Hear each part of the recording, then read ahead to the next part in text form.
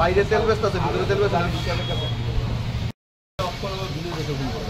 আমি কইয়ে দিচ্ছি যাবো না, আমার কথা শুনে, আমার কথাটা মনে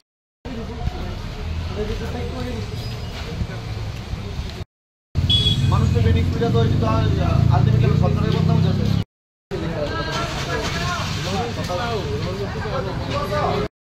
আমি সকালে যখন গেছি, সকালে আমি ওখানে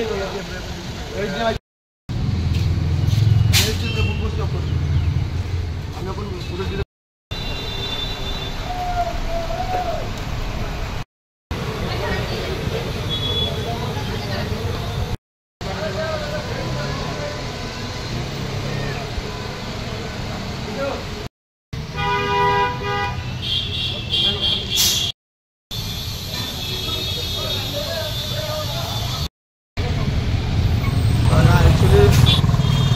এখানে বিশালগড় পেট্রোল পাম্পে সকাল থেকে দেখছি পেট্রোল নাই, একটা সাইনবোর্ড লাগানো, মানুষের অসুবিধা হচ্ছিল।